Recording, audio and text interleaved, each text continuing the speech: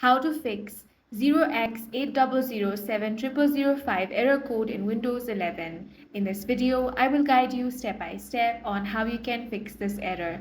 Now, the first step is to click on the search bar and search Services. Now, scroll all the way down and find the option of Windows Update. Now, right click on that and then click on Restart. Now, wait until Windows Update gets restarted. Once that is done, for the second step, click on the search bar again. Now search command prompt, right click and select Run as Administrator.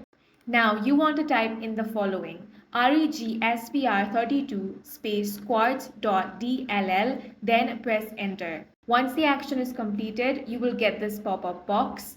After that, your error will be fixed, and that's all for this video. If you found it useful, make sure to hit the like button and subscribe for more videos like this.